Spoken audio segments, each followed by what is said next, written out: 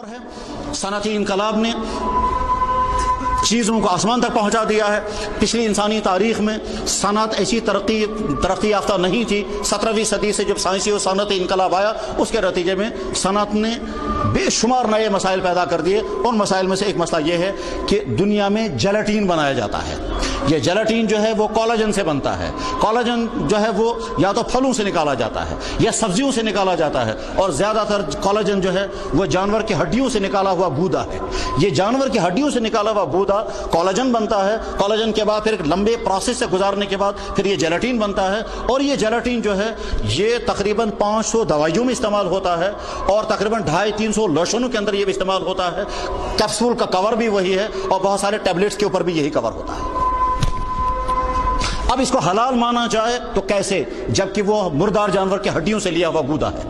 اگر اس کو حرام مانا جائے تو ان تمام مشکلات کا حل کیا ہوگا؟ ظاہر 500 دوائیوں میں استعمال ہونے والی چیز ہے، اس کو کیسے ہم حرام کہہ سکیں گے؟ اگر حرام کہیں گے تو دنیا والے فوراً کہیں گے دیکھو تمہارا اسلام ہمارے دور کا ساتھ نہیں دے رہا ہے، تمہاری دوائیوں کو بھی حرام کر رہا ہے۔ اور اگر حلال کہیں گے تو حلال کہنے کی کوئی شکل نہیں نکل رہی ہے، اس لیے کہ وہ جانوروں کی ہڈیوں سے نکالا ہوا گودا ہے، تو کیا کیا جائے؟ چنانچہ اس موضوع پر ایک عالمی سیمینار ہوا مکہ مکرمہ میں، کوئی فیصلہ نہیں کر سکے وہاں علماء۔ پھر ایک دوسرے ملک میں سیمینار ہوا، وہاں بھی کوئی فیصلہ نہیں ہو سکا۔ پھر اس کے بعد ایک زمانے میں بمبئی میں اس پر میٹنگ ہوئی، کوئی فیصلہ نہیں ہو سکا۔ اس کے بعد پھر حیدرآباد میں ایک میٹنگ چل رہی تھی اسی ٹاپک پر کہ صاحب جیلاٹین جو تقریباً 500 دوائیوں میں استعمال ہونے والی ایک لازمی لکوڈ چیز ہے، اس سے ہم بچ نہیں سکیں گے، اس کو حلال مان لیں تو کیسے حلال مانیں گے جب وہ مردار جانور کی ہڈیوں سے نکالا ہوا گودا ہے؟ اور اگر حرام مان لیں تو امت مشکلات میں پھنس جائے گی، کیا کیا جائے گا؟ چنانچہ پھر میٹنگوں پر میٹنگیں ہوتی رہی، کوئی فیصلہ نہیں ہو سکا۔ تو مجھے یاد آتا ہے کہ جب حیدرآباد میں سیمینار ہو رہا تھا، حیدرآباد کے سیمینار میں ایک عرب عالم کھڑے ہو کر کے کیا کہتے ہیں؟ کہتا ہے، وہ یوں کہتا ہے، واللہ لست بحنفی، لوگوں بھائی میں حنفی نہیں ہوں، ولیکن حل هذه المشکلہ فی فقہ الحنفی، اس مشکل کا حل فقہ حنفی میں نکل آئے گا۔ جو وہ کہہ رہا تھا سننے والے سمجھ رہے تھے، کیونکہ وہ سارے علماء تھے، وہ تو سارے بڑے بڑے محققین تھے، بڑے بڑے فقہاء تھے، وہ سب سمجھ رہے تھے یہ کیا کہہ رہا ہے۔ کیا تھا وہ؟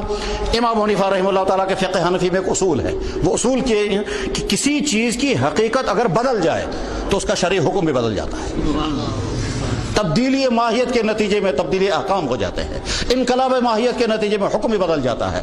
گوبر کو جلا دیا گیا، جلانے کے بعد اب یہ راکھ بن گئی، کیا یہ راکھ بھی ناپاک ہے جیسے گوبر ناپاک تھا؟ جواب ہے اگر نہیں، اب یہ ناپاک نہیں ہے، وہ تو گوبر کی حقیقت بدل چکی ہے، اس کا کیمیکل چینج بھی ہو گیا، اس کا فزیکل چینج بھی ہو گیا، اس کی تاثیر بھی ساری بدل گئی، آگ نے اس کی تمام حقیقت بدل دی ہے۔ اب یہ راکھ جو ہے یہ راکھ پاک ہے، گوبر پہلے ناپاک تھا۔ انسانی فضلہ جمع کیا گیا، اس کو جلایا گیا، جلانے کے بعد یہ جو راکھ ہے، یہ راکھ اگر بدن میں لگ جائے گی یہ ناپاک نہیں ہے۔ یہ اس کی سادہ سی مثال ہے۔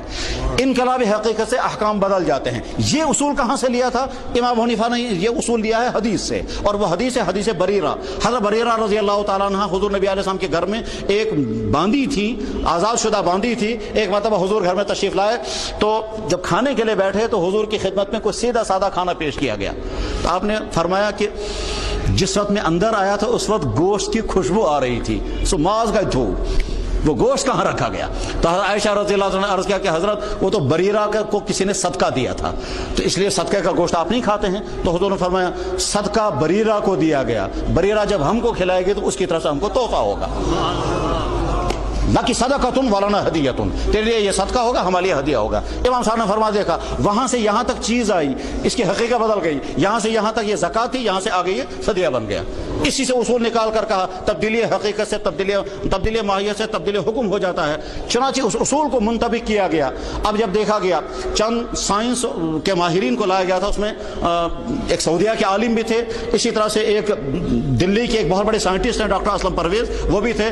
ان تمام حضرات نے مل کر کے وہاں فیصلہ کیا کہ صاحب جیلاٹین بنانے میں جو پروسیس اختیار کیا جاتا ہے اس میں ہڈیوں کے اندر کے گودے کی ساری حیت بدل جاتی ہے، فزیکل چینج بھی ہو چکا ہوتا ہے، کیمیکل چینج بھی ہو چکا ہوتا ہے۔ یہاں سے علماء نے فیصلہ کر دیا فقہ حنفی کے اصولوں کے مطابق یہ چیز پاک ہو گئی۔